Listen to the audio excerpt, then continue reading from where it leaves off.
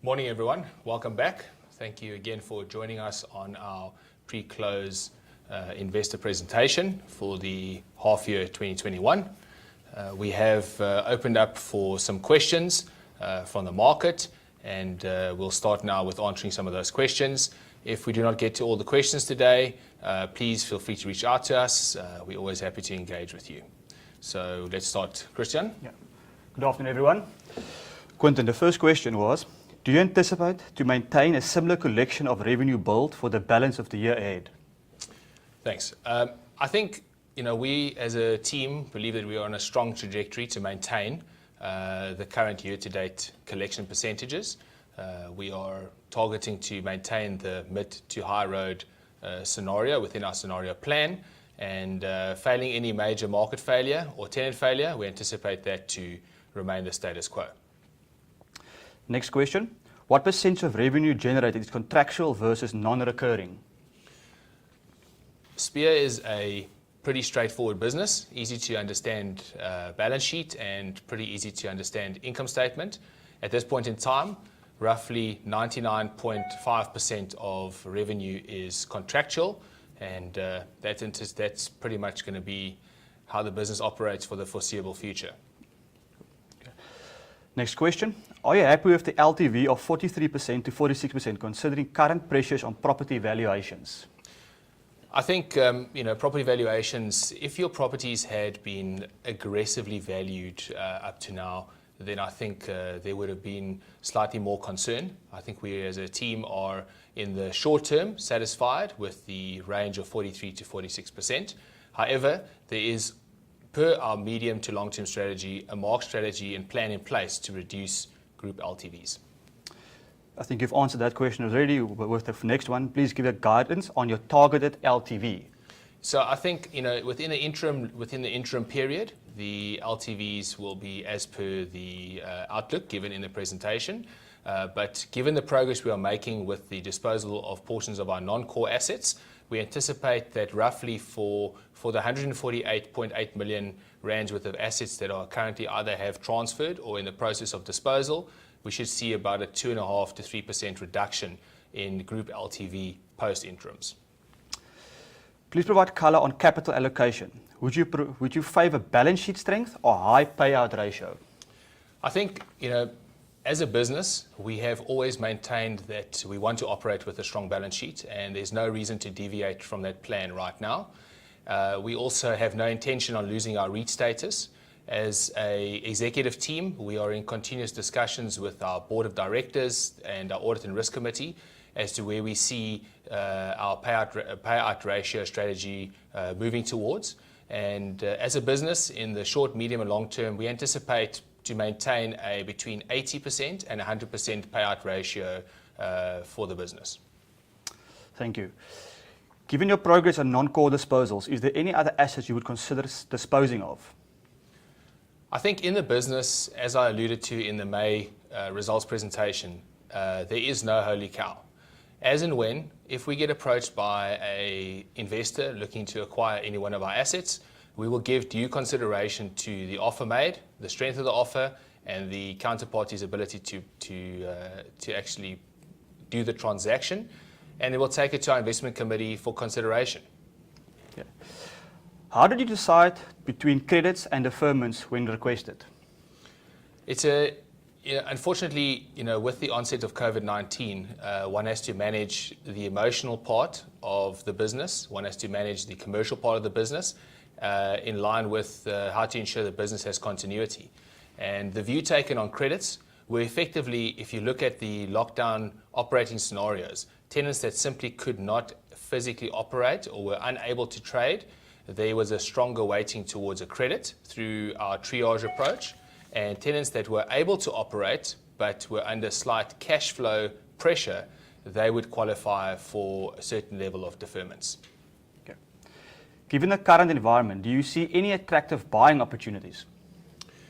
I think, as a business, as I mentioned, one of our values being consistency and transparency, we are seeing opportunities.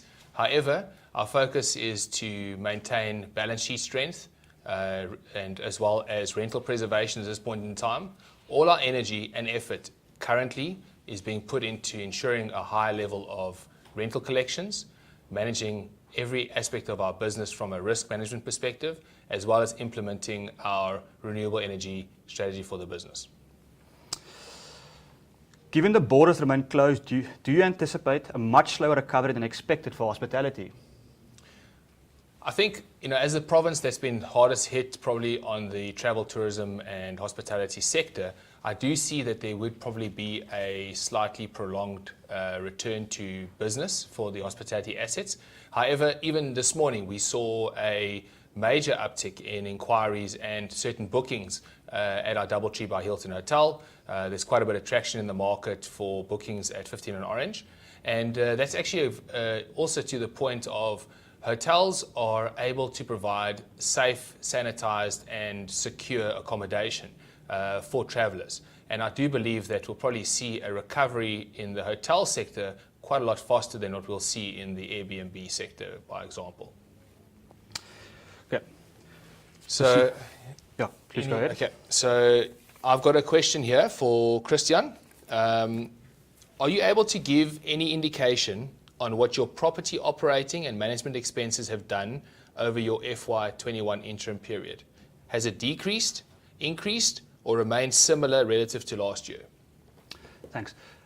On a like-for-like basis, we do expect property operating expenses to decrease given the aggressive cost-cutting measures we implemented. As Quintin discussed in the presentation, we worked on a 61% break-even scenario and we worked very hard to cut that costs.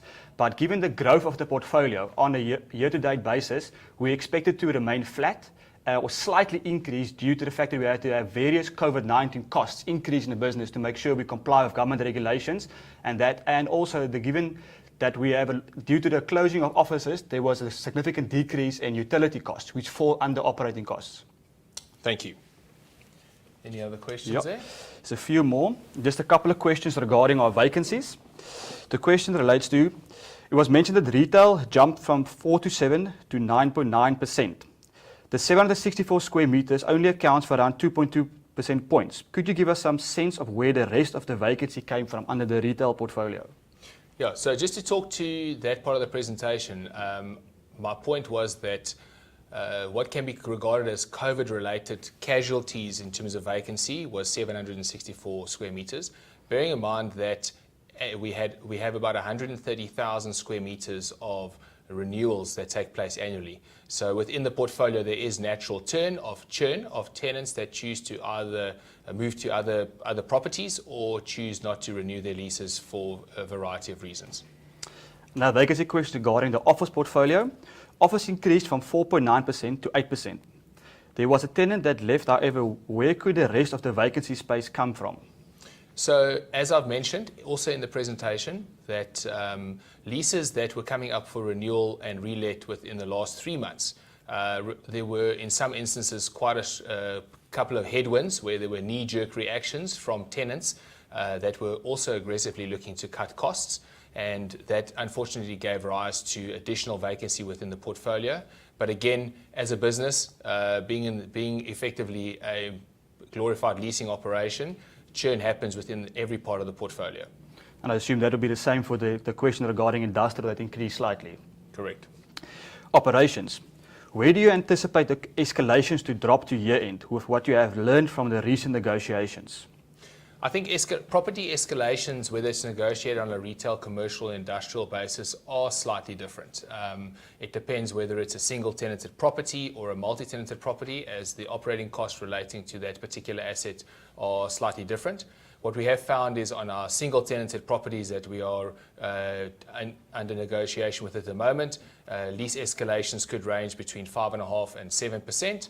On the multi-tenanted properties where there are other value-added services, those escalations would range between 6% and 8%. I think there's some finance questions you can ask me. Just in terms of credits and deferrals, Christian, how long is the average deferral term? Well, let's start by saying I think the shortest deferral term we had was 1 month, and the longest would have been 12. So, on the average portfolio, the range between, let's say, 3 to 5 months, and we've intentionally structured it that way that we can obtain the deferrals and have it paid back before the end of our financial year. And what is the accounting treatment for the deferrals and the credits? Well, credits, we would credit in the month which the credit relates to. So thus, if a tenant couldn't operate in April and a credit was provided, it would be credited in that month.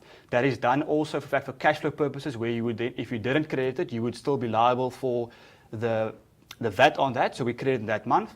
And deferments were similar. We would have removed it from the tenant statement in the period it relates to, and we would rebill it in the period they would need to repay it back, also to make sure that the cash flow and the VAT purposes doesn't eat into our cash balance.